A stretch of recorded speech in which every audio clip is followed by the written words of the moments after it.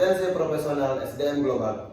Bersama saya, Briprona Tarigan, dan sebagai narasumber Ibu Anna Belinda Sirait, seorang pakar di bidang SDM dan pengembangan karir internasional. Baik Bu, bisa disapa teman-teman penonton. Baik, terima kasih Ibu Anna sudah hadir di podcast kami. Di sini saya sebagai host ingin bertanya kepada Ibu Anna, bisa nggak sedikit aja ceritakan tentang pengalaman Anda di dalam dunia SDM global? Baik, terima kasih Bapak Briprona sudah bertanya kepada saya. Saya sudah berkecimpung di dunia di bidang SDM global itu sudah 8 tahun, khususnya dalam pengembangan kompetensi tenaga kerja global pada pasar global. Saya banyak berinteraksi dengan perusahaan multinasional dalam membangun talenta yang siap bersaing di tingkat internasional. Baik Bu, sudah lama juga ya Bu berkecimpung dalam SDM global ini ya. Benar. Baik, saya lanjutkan pertanyaannya Bu. Sebagai pemula, apa yang dimaksud dengan kompetensi profesional SDM global? Baik, kompetensi profesional global itu mengacu pada pengetahuan, keterampilan, skill kita, sikap yang dibutuhkan tenaga kerja ketika bekerja atau menunjukkan kompetensinya di dunia pekerjaan internasional atau global begitu, agar dapat beradaptasi juga dan berkontribusi terhadap perusahaan yang ditempati atau di mana tenaga kerja bekerja di negara mana seperti itu di dalam bidang internasional. Harusnya tentu memiliki kemampuan soft skill, kemampuan beradaptasi dan berpikir seperti itu Pak. Baik, pertanyaan selanjutnya Bu untuk teman-teman semua, bisa nggak dijelaskan kompetensi utama yang harus dimiliki tenaga kerja agar bisa sukses di pasar global? Oh baik.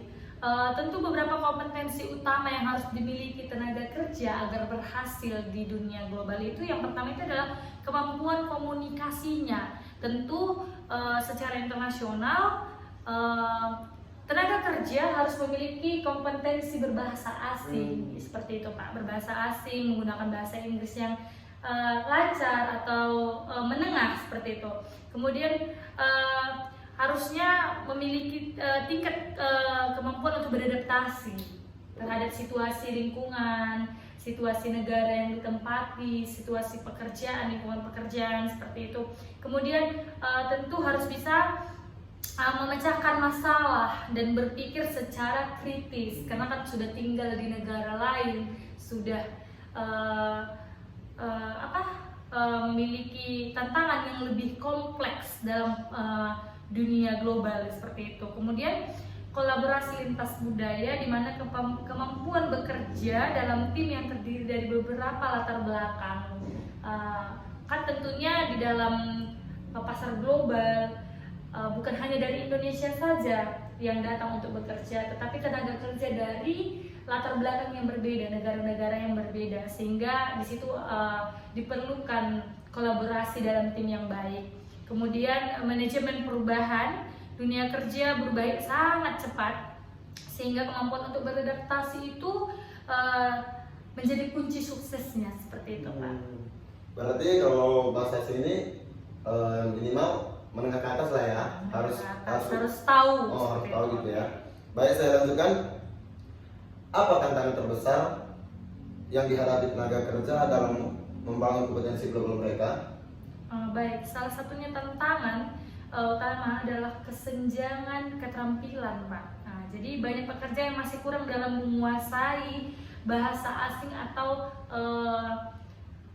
kurangnya pemahaman budaya internasionalnya, sehingga sulit untuk berkomunikasi, sulit untuk bekerja sama seperti itu Pak. Kemudian di dunia perkembangan teknologi yang sangat cepat ini, tentunya tuntutan untuk para tenaga kerja untuk menggunakan AI itu sangat dipush, sangat harus mengerti perkembangan zaman menggunakan IT. Jadi kemampuannya harus terus dikembangkan dalam bidang IT ini. Dan kemudian mentalitas dan pola pikir itu harus ya Pak, dimana kita pergi bekerja sebagai tenaga kerja ke negara asing, ke dunia yang baru, dunia global yang sangat besar, itu mental kita harus sudah sangat-sangat siap.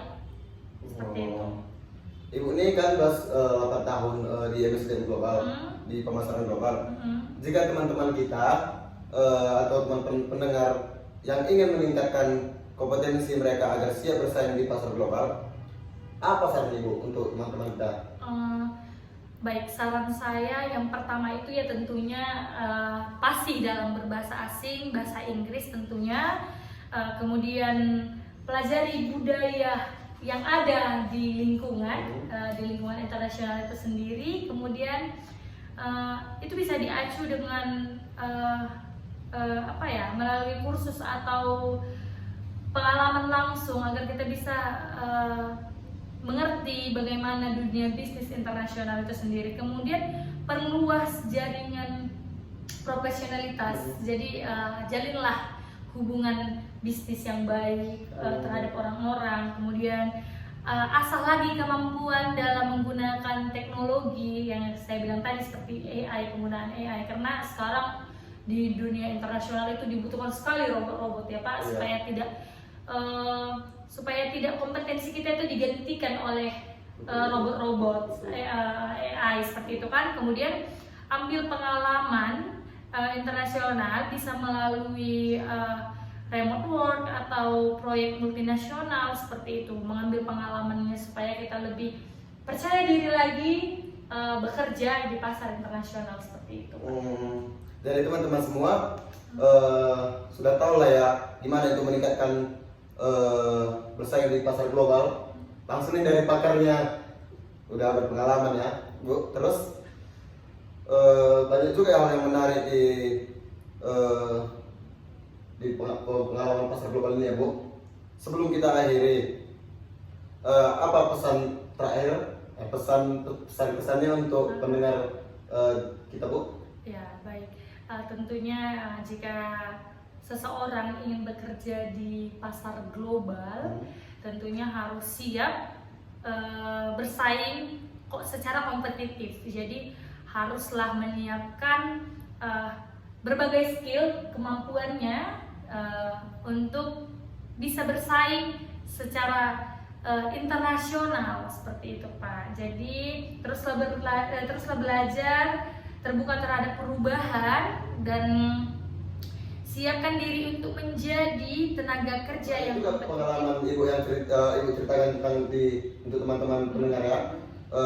Terima kasih Bu Anna Belinda Sirait atas waktunya dan wawasan yang luar biasa untuk teman-teman semua, untuk saya juga.